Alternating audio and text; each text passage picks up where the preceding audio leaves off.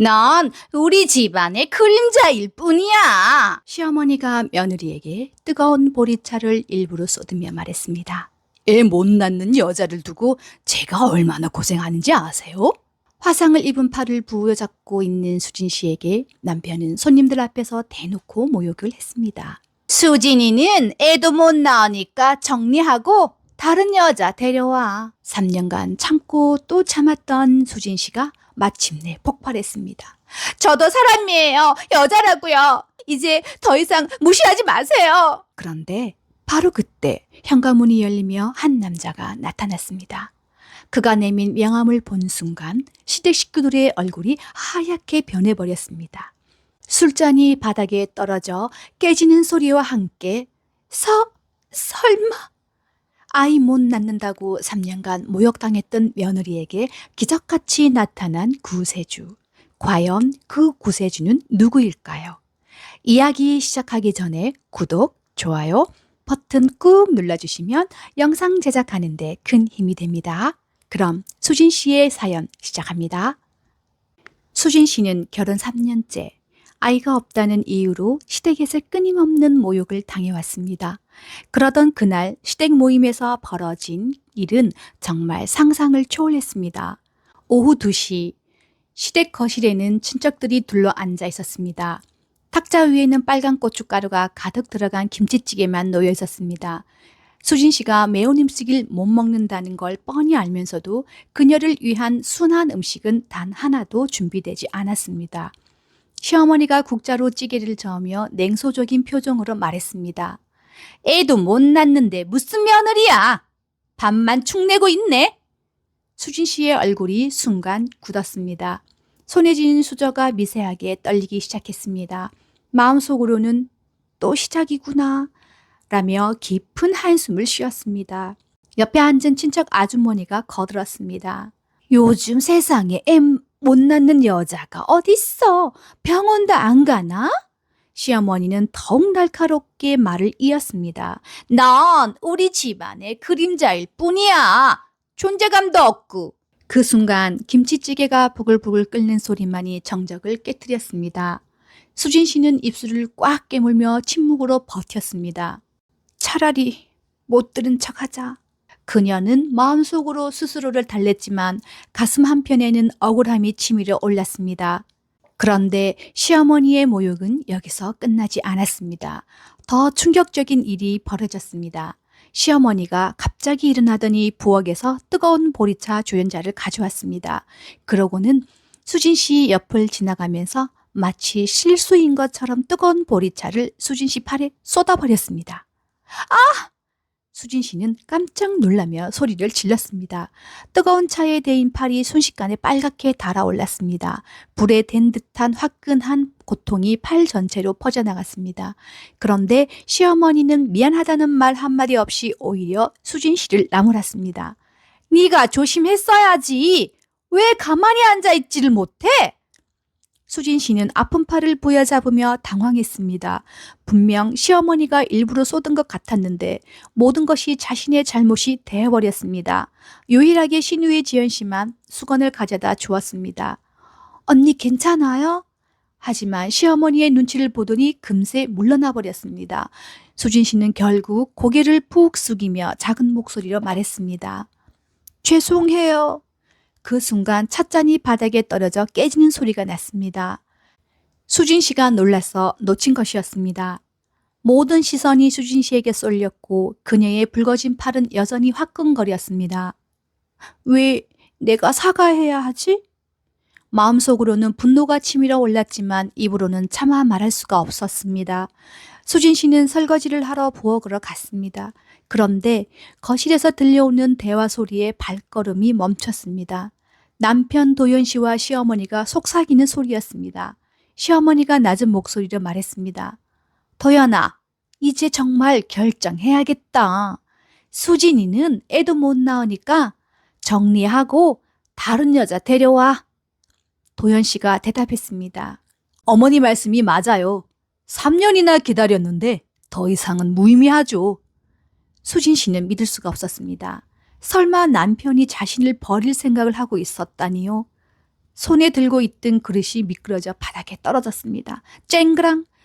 그릇이 바닥에서 산산조각 나는 소리가 부엌 전체를 울려 퍼졌습니다. 수진 씨는 무릎을 꿇고 앉아 깨진 조각들을 주우면서 눈물이 고였습니다.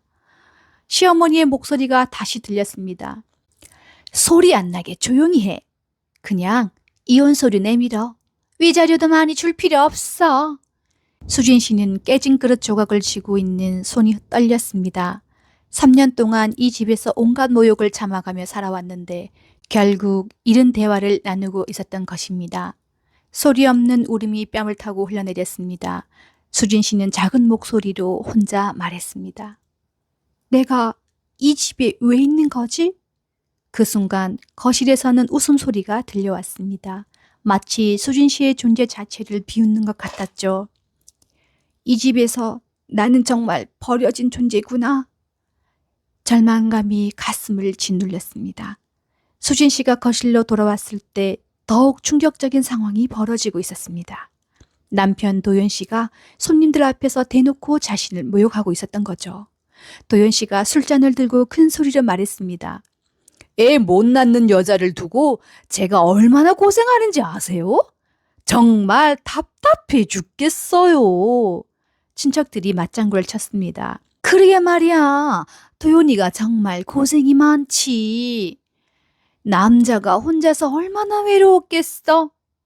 수진 씨는 그 자리에서 얼어붙었습니다.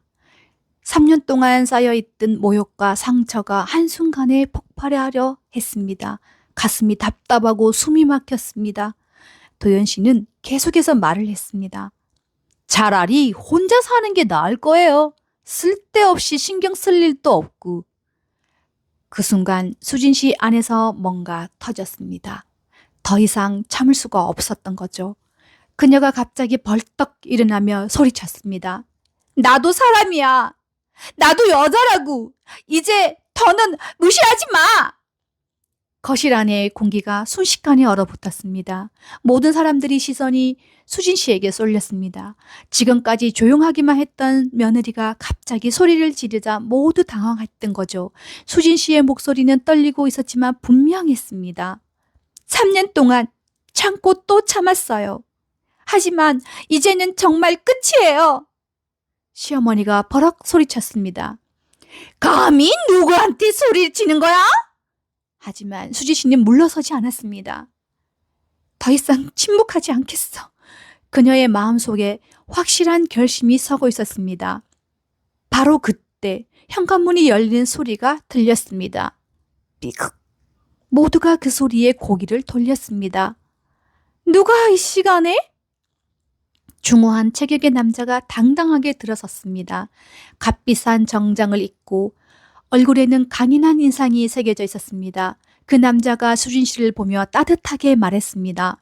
수진아, 오빠 왔다. 수진 씨의 눈이 커졌습니다. 믿을 수가 없었습니다. 10년 만에 보는 친오빠 강민호였죠. 오빠? 정말 오빠예요? 민호 씨가 웃으며 대답했습니다. 그래, 수진아, 늦어서 미안하다. 시댁 식구들은 갑작스러운 방문자에 당황했습니다. 시어머니가 민호 씨를 위아래로 훑어보며 말했습니다. 누구세요? 갑자기 남의 집에? 민호 씨는 정중하게 명함을 꺼내 건넸습니다. 금박으로 새겨진 글자가 번쩍였죠. 처음 뵙겠습니다. 해성그룹 회장 강민호입니다. 시어머니가 명함을 받아보는 순간 얼굴이 하얗게 변해버렸습니다. 해성그룹이라면 국내 굴지의 대기업이었습니다. 도연 씨도 명함을 보더니 당황하며 말했습니다. 해성그룹이요? 민호 씨가 수진 씨에게 다가가며 부드럽게 말했습니다. 이제 널 내가 지킬 거다. 더 이상 혼자 힘들어 하지 마. 수진 씨의 눈에 눈물이 고였습니다. 드디어 내 편이 나타났다. 10년 동안 연락이 끊어져 있던 오빠가 마치 구원자처럼 나타난 것이었습니다. 거실의 분위기는 순식간에 바뀌었죠. 하지만 도연 씨와 시댁 식구들의 태도는 여전했습니다. 명함을 보고도 믿지 않았던 것 같습니다. 도연 씨가 비웃으며 말을 했어요. 하, 회장이요? 그럼 이혼할 때 위자료도 좀 많이 줄 수 있겠네요. 시어머니도 거들었습니다. 그래, 어차피 이혼할 거면 돈만 주고 깔끔하게 정리하자고. 친척들도 웅성거렸습니다. 회장이 진짜일까? 요즘 명함은 누구나 만들 수 있잖아. 그러게. 좀 이상하다. 수진 씨는 이들의 반응을 보며 분노가 치밀어 올랐습니다. 오빠가 나타났는데도 여전히 자신을 무시하고 있었습니다. 민호 씨가 차분하게 말했어요. 제 신분을 의심하시는 것 같네요. 이해합니다. 도현 씨가 건방지게 말을 했습니다. 솔직히 말해서 수진이 오빠가 대기업 회장이라는 게 믿어지지 않거든요. 그냥 돈만 주고 이혼해 주세요. 그 순간 수진 씨가 의자를 밀며 벌떡 일어났습니다. 의자가 바닥에 긁히는 소리가 거실에 울려 퍼졌어요. 수진 씨가 눈물을 닦으며 또렷하게 말했습니다. 내가 어떻게 살아왔는지 이제 똑똑히 보게 될 거야. 시어머니가 화를 내며 소리쳤습니다. 지금 뭐라고 한 거니? 감히! 하지만 수진 씨의 표정은 달라져 있었습니다. 더 이상 움츠리던 며느리가 아니었죠. 굳은 결심이 서린 얼굴이었습니다. 수진 씨가 조용하지만 단호하게 말을 했어요. 3년 동안 당한 모욕을 이제 되돌려 드릴게요. 이제는 내가 끝까지 맞선다. 수진이의 마음속에는 확고한 결심이 서 있었습니다. 오빠가 옆에 있다는 든든함이 그녀에게 용기를 주었어요. 민호 씨가 휴대폰을 꺼내며 차분하게 말했습니다. 신분을 의심하신다니 증명해 드리겠습니다. 그는 포털 사이트를 열어 혜성그룹 강민호를 검색했습니다. 화면에는 수많은 기사와 사진들이 나타났습니다. 수진이는 제 친동생입니다. 혜성그룹의 둘째 아가씨죠. 시댁 식구들은 여전히 믿지 않는 표정이었습니다. 도연 씨가 코드숨을 찼습니다. 하! 인터넷 기사야 조작할 수 있잖아요? 시어머니도 비아냥거렸습니다. 그래! 요즘 가짜 뉴스도 많고 우리가 그렇게 바보 같아 보여? 그때 민호 씨가 전화를 걸었습니다. 여보세요? 비서실장이죠? 네. 지금 제 위치를 실시간으로 회사 홈페이지에 업데이트해 주세요. 잠시 후 민호가 혜성그룹 공식 홈페이지를 열었습니다. 화면에는 광민호 회장, 현재 위치 서울시 강남구 대치동 방문 중이라는 문구가 떠올랐습니다. 시댁 식구들의 얼굴이 점점 굳어졌습니다. 그런데 더 결정적인 순간이 왔습니다. 민호 씨의 전화가 울렸죠. 여보세요? 김 부장님? 네, 내일 이사회 건은 전화 속에서 들리는 목소리가 분명히 회장님이라고 부르고 있었습니다. 도연 씨가 떨리는 목소리로 말을 했어요. 설마? 시어머니의 손에서 술잔이 미끄러져 바닥에 떨어졌습니다. 쨍그랑 깨지는 소리와 함께 거실의 공기가 얼어붙었어요. 수진 씨가 이제야 미소를 지으며 말했습니다. 이제 누가 날 무시할 건가요? 친척들의 얼굴은 공포로 일그러졌습니다. 방금 전까지 무시하던 며느리가 갑자기 재벌가 딸로 둔갑한 것이죠. 민호 씨가 냉정하게 말했습니다. 수진이를 그동안 어떻게 대했는지 제가 다 알고 있습니다. 이제 판은 내가 뒤집는다. 수진이의 마음속에는 통쾌함이 밀려왔습니다. 상황이 완전히 바뀌자 시댁 식구들의 태도가 180도 달라졌습니다. 시어머니가 갑자기 공손하게 말을 했습니다. 그동안 오해가 있었네요. 우리 수진이가 그런 집안 딸인 줄도 몰랐어요. 도연 씨도 비굴하게 웃으며 말했습니다. 여보, 우리 다시 시작해보자. 내가 잘못했어. 친척들도 하나둘씩 아부하기 시작했습니다. 수진이 정말 복이 많네. 이런 오빠가 있다니. 우리가 너무 몰랐구나. 미안해. 하지만 수진이의 반응은 차가웠습니다. 그녀가 단호하게 말했어요. 이제 와서 태도를 바꾸시는 건가요? 너무 늦었어요. 시어머니가 당황하며 말했습니다. 수진아, 그동안은 정말 농담이었어. 네가 예민하게 받아들인 거야. 수진 씨가 냉소적으로 웃으면서 말을 했습니다. 농담이요? 뜨거운 차를 쏟은 것도, 아이 없다고 모욕한 것도 다 농담이었나요? 이제 모든 주도권이 수진 씨에게 넘어왔습니다. 그녀가 남편 도현 씨에게 다가가며 말을 했습니다. 아이 문제는 네 탓이야. 병원에서 검사 받을 때 나만 받았지. 넌 한 번도 검사 안 받았잖아. 이제 끝내자. 도현 씨가 떨리는 목소리로 말했습니다. 여보, 다시 생각해봐. 우리 사이가. 하지만 수진 씨는 더 이상 들으려 하지 않았습니다. 3년 동안 충분히 기회를 줬어요. 이제 정말 끝이에요. 수진 씨가 민호 씨와 함께 현관으로 향했습니다.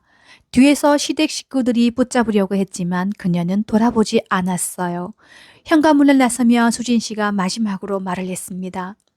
나는 더 이상 희생하지 않겠어. 문이 닫히는 순간 창문 사이로 따뜻한 햇빛이 들어왔습니다.